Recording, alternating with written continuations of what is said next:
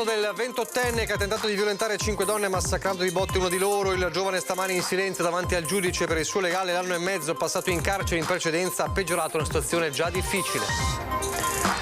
Misure anti-Covid a scuola da settembre in classe senza mascherina, tranne i fragili, se non ci sarà una nuova ondata, d'accordo i presidi dell'ULSS 2, ma spaventa la sottovariante di Omicron. Incendio nel pomeriggio sulle grave del fiume a Ponte di Piave, bruciano 5.000 metri quadrati di sterpaglie e fiamme spente tempestivamente prima che il rogo diventasse pericoloso. Una frana nella notte ha invaso via Foresta a Montebelluna rendendola non transitabile alle auto, una vettura travolta dai detriti a causare lo smottamento e la rottura del tubo di irrigazione di un vigneto. Le precipitazioni montane ieri hanno messo in difficoltà 2 gruppi di scout, uno trevigiano di Vittorio Veneto tra il Comelico e Cortina. Intanto resta chiusa l'Alemagna dopo la frana di ieri, si temono altri smottamenti. 155 viti tagliate nel vigneto dell'agricoltore a Conegliano, la vigilia della vendemmia, il raid denunciato su Facebook dal vice sindaco Toppan che attacca Vigliacchi. La comunità di Longarone commossa ai funerali del bimbo di 2 anni morto per una intossicazione sulla quale sta ancora cercando di fare luce dopo il ritrovamento della droga in casa, presenti anche i genitori, il papà è indagato. Da Negrisi a Ponte di Piave a Gerusalemme in bicicletta, il viaggio di 6 appassionati nel nome di Don Giuseppe Querin, sacerdote simbolo per molte parrocchie dello Pietergino mottense che considerava la Terra Santa una seconda casa.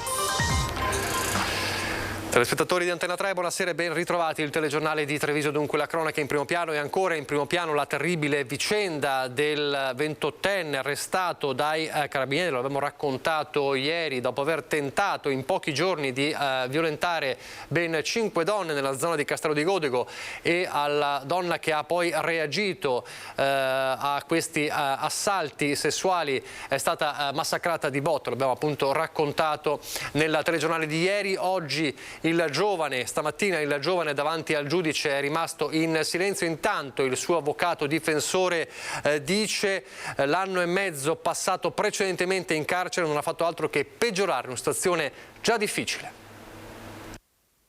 Avevo già rappresentato in altre sedi, in sede processuale, che diciamo così queste condizioni avverse che si sono inserite in un contesto difficile per tutti, quale quello appunto del Covid, avrebbe lasciato poi delle conseguenze.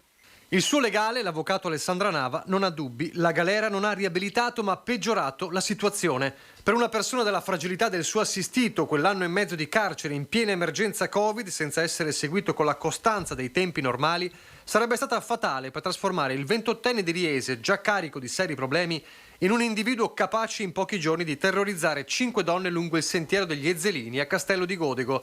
Assalti a sfondo sessuale che in 4 casi sono stati sventati dalla prontezza delle vittime o da fattori esterni, ma in uno si sono conclusi con calci e pugni contro la 44enne di Castelfranco che aveva reagito, finita in ospedale in serie condizioni per le botte subite. Stamane l'interrogatorio di garanzia del giovane che si è avvalso della facoltà di non rispondere. Un passato burrascoso con la droga e poi quei maltrattamenti in famiglia che gli erano costati il carcere nel marzo del 2021. Circa 1 anno e mezzo dietro le sbarre prima che si concludesse la carcerazione preventiva ed uscisse, appena 2 mesi dopo, gli assalti a Castello di Godego. La carcerazione su soggetti magari fragili che hanno poca propensione al trattamento anche del regime carcerario e peraltro coincise anche in un periodo in cui il Covid ha comportato moltissime difficoltà per gli operatori esterni di approcciarsi con i propri utenti, e quindi dal mio punto di vista in un caso come questo in cui era necessario invece che venisse aiutato in questo percorso riabilitativo, anche in prospettiva poi di una carcerazione che era prevedibile, che sarebbe venuta poi a finire, insomma, aveva necessità che assolutamente ci fosse già un piano anche predisposto nel momento in cui avesse poi ripreso la vita normale. Nei prossimi giorni non è improbabile che il 28enne assieme ai suoi legali collabori con gli inquirenti per chiarire la sua posizione, mentre le indagini proseguono. Restano la paura e la rabbia per quanto accaduto, mentre in ospedale la donna massacrata dai suoi colpi cerca con difficoltà di superare un momento terribile, quella violenza senza freni scoppiata improvvisa in una domenica di luglio. Torneremo alla cronaca fra poco, prima però parliamo delle linee guida dell'Istituto Superiore di Sanità E le misure anti-Covid del ritorno a scuola da settembre, come sappiamo, come abbiamo visto in queste ore, il ritorno in classe senza mascherina, parliamo di scuole del primo e secondo grado. Le indicazioni prevedono un doppio livello di rischio se la situazione epidemiologica non peggiorerà. Bambini e ragazzi potranno stare in aula senza più chirurgico FFP2 tranne le persone fragili. Allora qual è la reazione della scuola e dell'ULSS? Sentiamo. Era una decisione attesa, credo che sia una decisione di buon senso. Recuperare la mimica facciale, fondamentale per la relazione educativa e umana in generale, è il primo passo per un vero ritorno alla normalità. Ritorno a scuola il 12 settembre senza più l'obbligo della mascherina, che rimane consigliata ai soggetti fragili e che va indossata invece in caso di raffreddore. Le indicazioni per il contenimento del Covid dalle elementari alle superiori, messe a punto dai Ministeri della Salute e dell'Istruzione, omologano di fatto le aule scolastiche agli altri ambienti del vivere comune, dagli uffici pubblici ai luoghi di lavoro, in cui i dispositivi di protezione, nel caso in cui si rispetti il distanziamento, non sono più richiesti. Una decisione che trova concorde anche l'ULSS 2, come conferma il direttore Francesco Benazzi. Sicuramente ci sarà una circolazione anticorpale tale da rendere più difficile una diffusione importante. Condivido anche quindi che in classe si possa tornare de viso senza mascherina. È chiara l'unica raccomandazione è che nel momento in cui ho un raffreddore come ce l'ho io ma non è Covid, devo usare la mascherina per proteggere gli altri soprattutto. Va benissimo che si dia questa opportunità ai ragazzi di ritornare, diciamo, alla normalità. Benazzi non nasconde la preoccupazione però per gli effetti che una sottovariante di Omicron, la BA2.75, sta avendo in particolar modo in India. Se arriva questa, non saprei se dopo saremo ancora costretti ad operare le mascherine, però questa spero sia solo una previsione nefasta, cioè lontana da quello che è poi la realtà. Se la situazione epidemiologica dovesse peggiorare, i due ministeri, che a giorni definiranno anche le linee riguardanti asili e materne, hanno già previsto, nelle indicazioni pubblicate in queste ore, gli eventuali provvedimenti da intraprendere. Ma l'avvio dell'anno scolastico avverrà senza l'obbligo di mascherine e per gli alunni più piccoli, quelli che hanno intrapreso la scuola dell'obbligo in pandemia, sarà un'assoluta novità. Sarà veramente per loro come un primo giorno di scuola vero. Quindi credo che sia una cosa bellissima per ora. I ragazzi hanno bisogno veramente di socializzare al massimo e la mascherina è comunque una barriera ai rapporti umani, quindi assolutamente questa è una scelta intelligente. Ma ad alunni e studenti il direttore generale chiede lo sforzo di continuare a usare la mascherina quando andranno a trovare i nonni o i soggetti fragili. Nella Marca i contagi sono in lenta ma progressiva diminuzione, eppure la fascia attualmente più colpita è quella degli over 75. E poi come la pensano i trevigiani su questo ritorno in classe? Speriamo senza mascherine, lo dicevamo, lo ricordiamo, se non dovesse esserci una nuova ondata. Prevale ovviamente la serenità, i riscontri positivi, ma anche una certa dose di prudenza tra i cittadini. Sentiamoli. Penso che sia una cosa essenziale ritornare alla normalità, soprattutto perché sono stati gli ultimi a togliere le mascherine rispetto a noi adulti. E penso che tornare sia la cosa essenziale, insomma, per loro. Mio nipote, a parte che lui suda tanto, è uno che suda, bello e grosso, quindi è difficile, sì. Quindi il ritorno senza mascherina è un po' un ritorno alla normalità? Sì, direi di sì. È un bene? È un bene, ma c'è a parte che quando si ritorna sempre dalle ferie c'è il rischio contagio, una nuova ondata, quindi anche lì bisogna stare un po' attenti, no? Io sono insegnante, per cui noi siamo con la scuola dell'infanzia, i bambini non hanno la mascherina, i piccoli, i più grandicelli sì. Vabbè, io credo che occorra avere la mascherina, no? Perché ci proteggiamo e proteggiamo gli altri. Penso che sia il caso di usarla ancora un pochino la mascherina, sì, in certe situazioni sì, anche perché comunque io sono stata positiva di recente, quindi ho visto che gira moltissimo e per precauzione almeno per le prime settimane, poi si vedrà, insomma. Ognuno dopo faccia quello che vuole perché alla fine i ragazzi non si comanda. Vedo che qua non si ferma niente come contagio, insomma. Mi sembra che è una minima sicurezza, ma almeno sì, che è qualcosa. Il ritorno senza mascherina è giusto se non c'è l'obbligo anche per all'interno di tutti gli altri locali.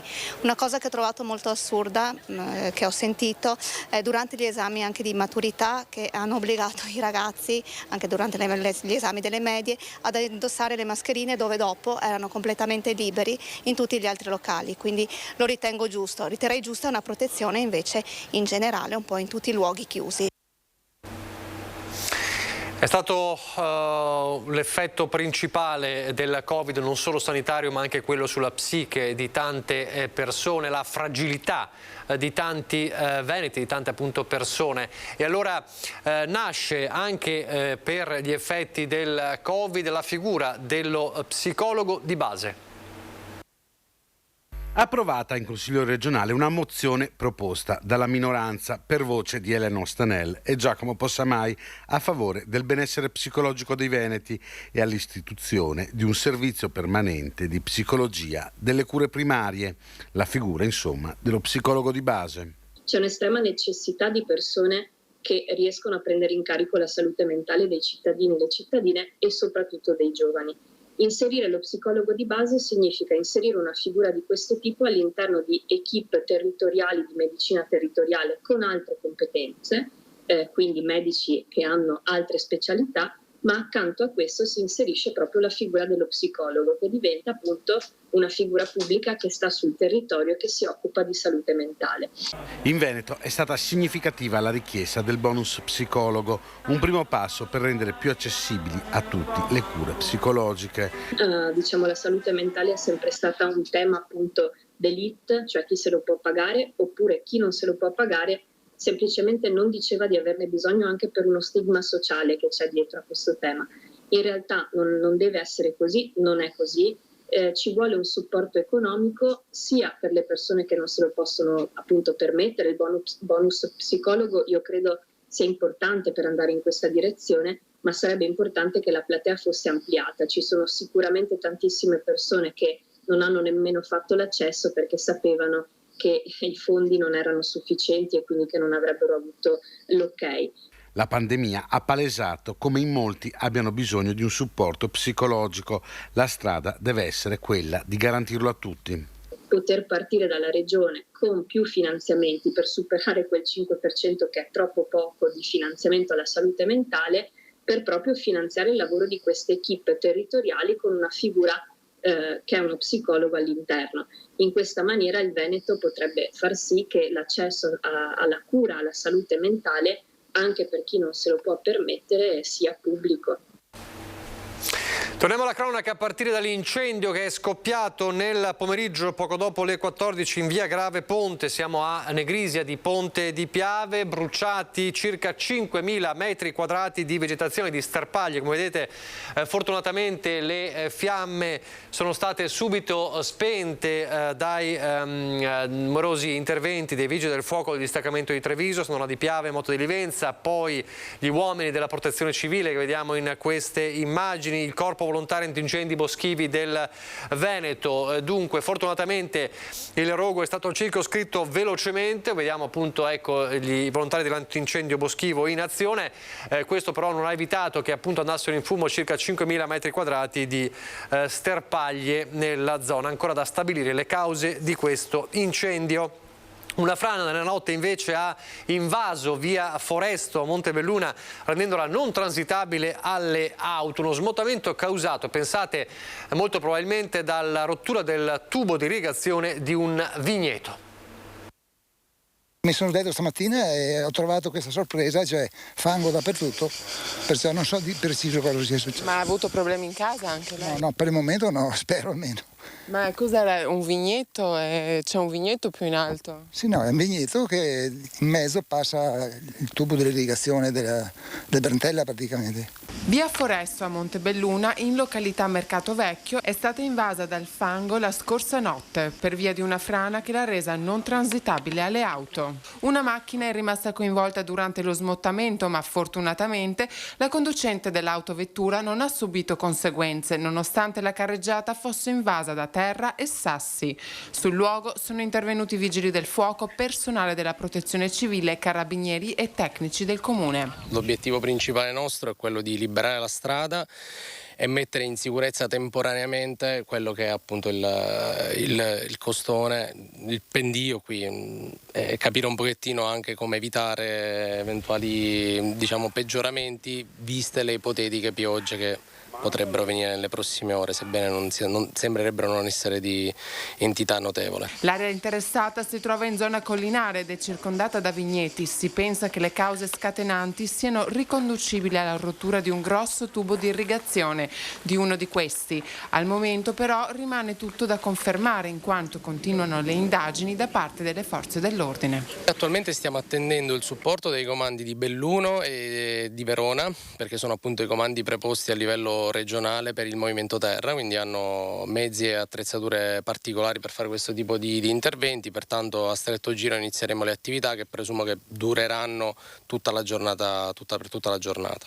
Ho appena firmato in questo istante un'ordinanza di chiusura ufficiale fino al ripristino della viabilità. Ci sono in corso degli accertamenti, quindi staremo a vedere. L'ondata di maltempo che ha colpito il Bellunese, sappiamo ci sono temporali nella zona della Pedemontana come era ampiamente previsto dalle previsioni, ma non ci sono criticità per il momento, ma come sapete già da ieri il maltempo ha colpito il Bellunese, lo vedremo nella pagina proprio di Belluno per quanto riguarda la frana di Cortina, però le precipitazioni in montagna hanno messo in difficoltà anche due gruppi di scout nella zona tra il Comelico e Cortina, uno di questi gruppi, un gruppo trevigiano di Vittorio Veneto. Paura ieri sera a Santo Stefano di Cadore per un gruppo scout di Vittorio Veneto messo in seria difficoltà dalle forti precipitazioni che si sono concentrate in zona.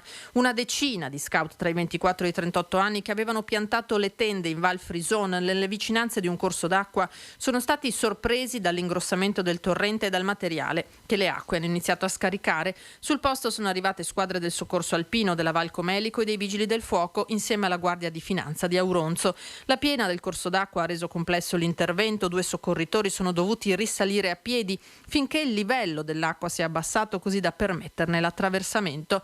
Gli scout sono così stati riaccompagnati per 300 metri fino ai mezzi di soccorso e da lì al palazzetto dove hanno trascorso la notte. Disavventura sempre ieri sera per un altro gruppo di scout, questa volta di Siena, 11 tra i 18 e i 32 anni che stavano tornando a valle da Malga Grande Fanes per il maltempo. Bloccati da una frana sono stati raggiunti dai soccorritori di Cortina e ospitati in canonica.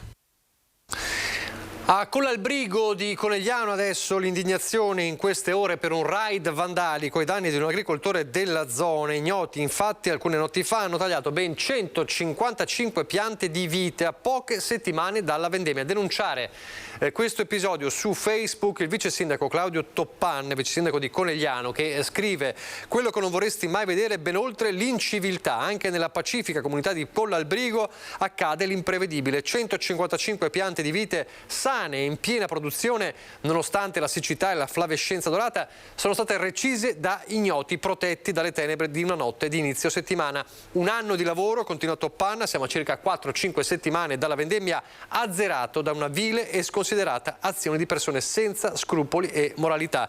Conclude Toppan, tralasciando l'aspetto economico, rimangono le scorie emotive e la rabbia in chi subisce tale gratuita vigliaccata. Ovviamente indagine anche in corso su questo raid vandalico dagli effetti importanti ovviamente per l'agricoltore che ha subito questo danno importante economico. Adesso a Quinto di Treviso una violenta rissa all'esterno di un locale, tutto nasce per delle sigarette. Dalla lite per il fumo alla violenta rissa che ha visto due persone a terra con una gamba rotta e altre lesioni. La furia scatta il 10 luglio scorso in un locale di Quinto di Treviso dove due amici di 42 e 46 anni, non curanti dei divieti, iniziano a fumare dentro il locale tra la sorpresa dei presenti. Vengono redarguiti dagli addetti alla sicurezza ma continuano imperterriti ad accendersi le sigarette. Il tono sfacciato, qualche parola di troppo, la rabbia monta velocemente. I tre addetti li trascinano all'esterno e tra i cinque nasce una rissa a calci e pugni nella quale hanno la meglio i buttafuori. Nel frattempo i presenti chiamano i carabinieri che poco dopo trovano a terra i due fumatori feriti. Uno ha un femore rotto, prognosi di 2 mesi in ospedale. L'altro contusioni multiple, prognosi di 7 giorni. Tutti e 5 sono stati ora denunciati dai militari dell'Arma. Lo ricorderete, a inizio giugno la triste vicenda di Paolo Giusto, il 72enne storico allenatore del CUS Venezia, ma anche poi tra i fondatori della Polisportiva di Mogliano, allenatore per tanti anni della squadra di volley femminile che aveva conquistato tanti scudetti juniores. Era morto a inizio giugno in un tragico incidente stradale mentre era in sella alla sua moto in vacanza, appassionato di Harley Davidson negli Stati Uniti. Ebbene, dopo il ritorno della salma, i funerali sono stati finalmente fissati, si celebreranno lunedì 8 agosto a Mestre nel Duomo di San Lorenzo. Per l'ultimo saluto una richiesta particolare dei figli Alessandra e Andrea: non indossare abiti scuri, in particolare abiti neri. Dunque lunedì l'ultimo addio a Paolo Giusto, che tutti conoscevano sia a Mogliano che Mestre come Paolone.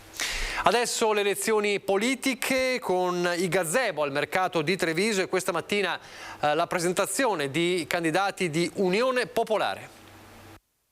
È una forza che va ad unire la sinistra d'alternativa, Rifondazione Comunista, Potere al Popolo, Luigi De Magistris che sarà il capo politico a livello nazionale, e il gruppo parlamentare Manifesta, appunto il gruppo parlamentare uscente delle 4 deputate e della senatrice Núñez.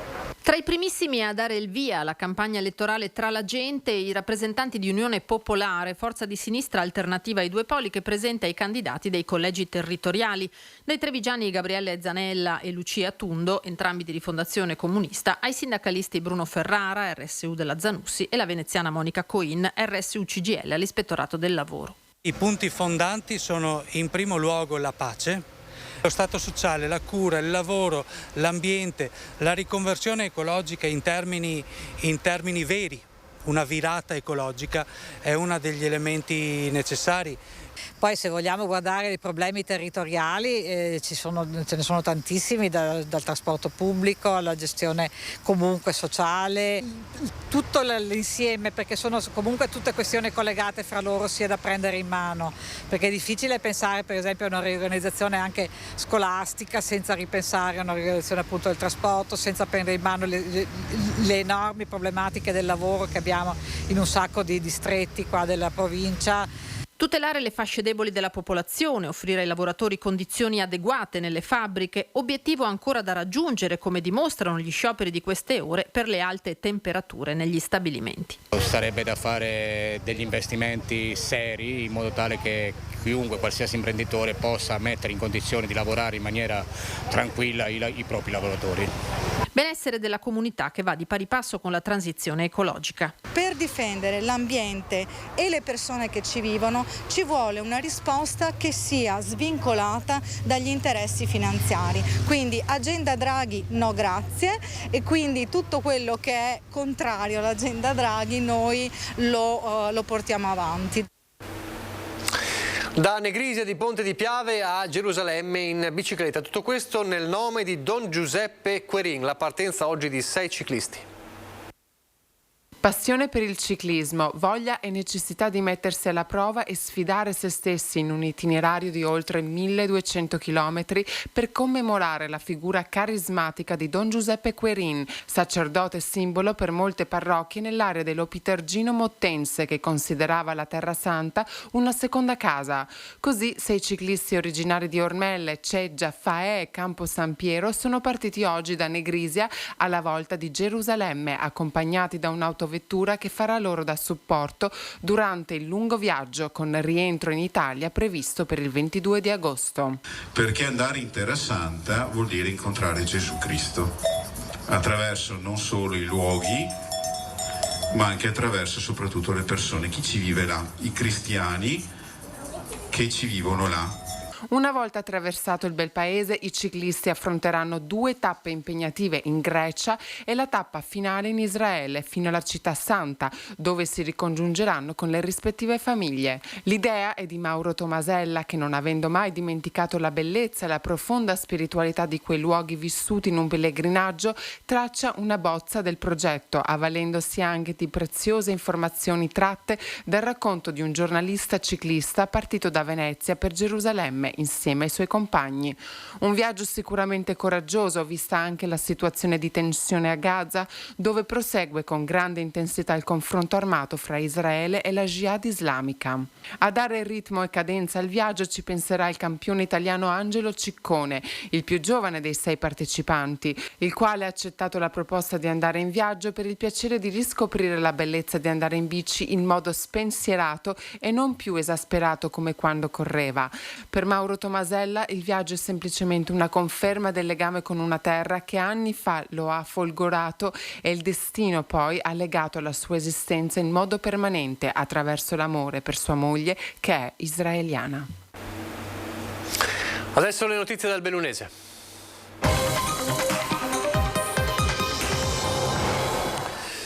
A Longarone nel pomeriggio nella chiesa di Fortogna l'ultimo saluto a Nicolò Feltrini, il piccolo di 2 anni morto giovedì scorso per una intossicazione, un avvelenamento che i primi accertamenti collegherebbero alla sospetta assunzione di stupefacenti. Fiori bianchi, musica e una toccante filastrocca per l'addio al piccolo.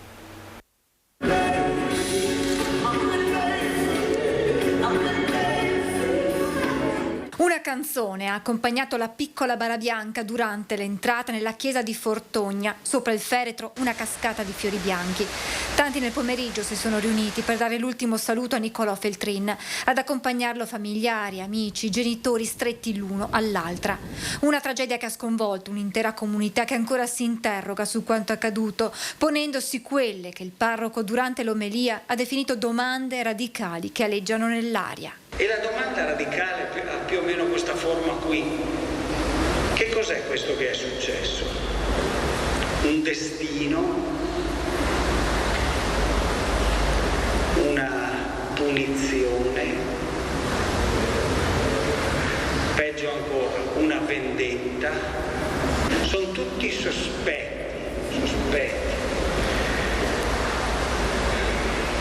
Il parroco ricorda l'amore di Nicolò per la musica, passione trasmessa dai genitori che ancora prima che venisse alla luce cantavano al loro piccolo Buffalo Bill di De Gregori, e poi il suo sorriso e la sua grande generosità. Per esempio era capace di rinunciare a un biscotto per darlo a un bambino che non ce l'aveva. E sempre i genitori dicevano: ci ha fatto vedere le cose belle e semplici della vita. Quella felicità espressa nei piccoli gesti, come il gioco che il bimbo amava fare con le dita del papà. E papà diceva: mi ha insegnato che un dito gli bastava per essere felice. Nicolò e la sua luce che mai si spegnerà. Siamo figli della luce. E Nicolò splende così sulla nostra vita. Facciamo in modo che questa luce ci guidi sempre. Alla fine toccante la filastrocca dedicata al loro piccolo Angelo dai genitori. Incontrerò l'amore, te lo giuro, te lo auguro e te lo giuro. Fermati, da chi ti vuole spogliare, che l'amore per me assomiglia molto a qualcuno che ti tiene la fronte mentre tu vomiti i giorni più duri. Allora vado, allora vai.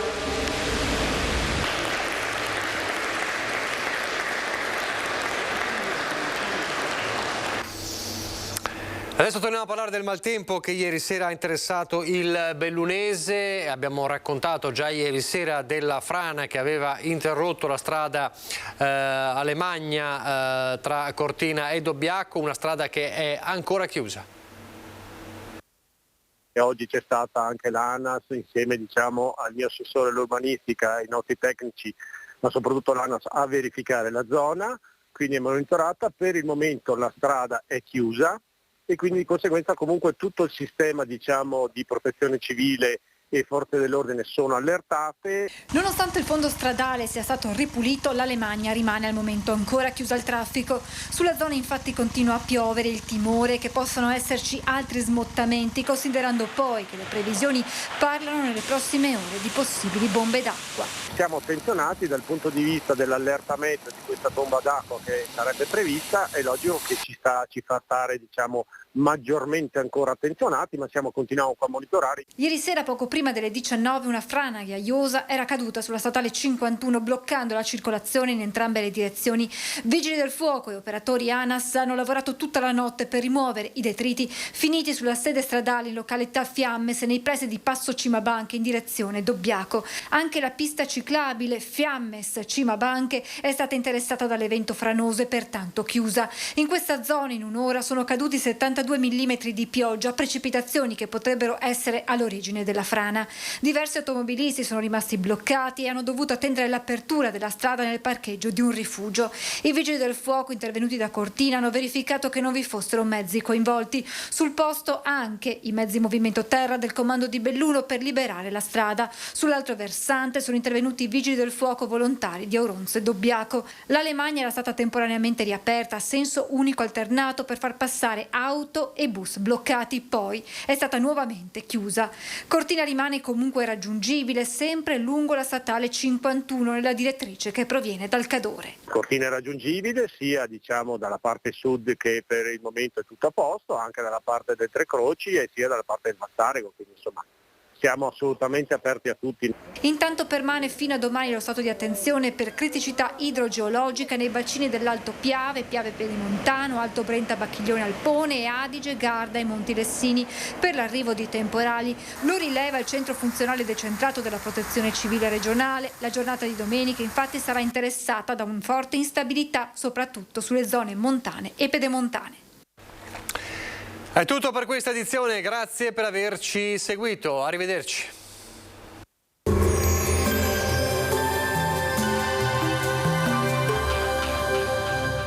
Tonus Laboratorio del Piede, centro altamente specializzato nella costruzione di plantari su misura, dedica nuove tecnologie di rilevazione dei carichi posturali per dare voce alla filosofia di benessere che lo caratterizza.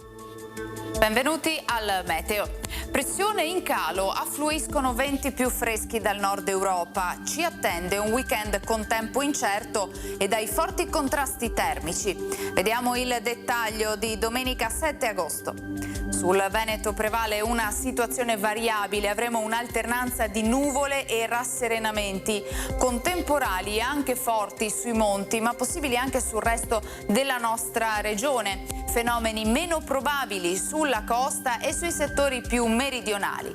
Attenzione a rovesci localmente intensi e violenti. Vediamo anche le temperature che saranno in calo, minime tra 17 e 23 gradi, massime invece comprese tra i 28 e i 31 gradi all'incirca. Spostiamoci ora sul Friuli Venezia Giulia, sarà buono inizialmente, poi piogge in montagna con il coinvolgimento anche dei restanti settori. Bora moderata sulla costa, sostenuta sul Carso e a Trieste. Temperature minime tra 21 e 24 gradi, massime intorno ai 30-31 gradi. Infine diamo uno sguardo alla situazione del Trentino Alto Adige, dove avremo poche novità. Sin dal mattino precipitazioni piuttosto diffuse, non si escludono al pomeriggio pause più asciutte. Temperature minime intorno ai 16-17 gradi, massime sui 28 gradi all'incirca. Dal meteo per ora è tutto, vi auguro un buon proseguimento con Antenna 3.